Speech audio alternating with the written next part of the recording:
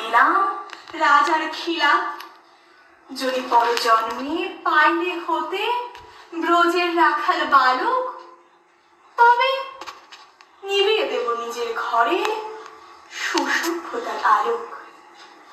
যারা নিত্য কেবল ধেনু চড়ায় বংশী বটের তলে, যারা গুঞ্জা ফুলের মালা গেথে পরে পড়ায় গলে, যারা বৃন্দাবনের বনে সদাই স্বামীর বাঁশি শোনে, যারা যমুনাতে ঝাঁপিয়ে পড়ে শীতল কালো জলে, যারা নিত্য কেবল ধেনু চড়ায় বংশী বটের তলে।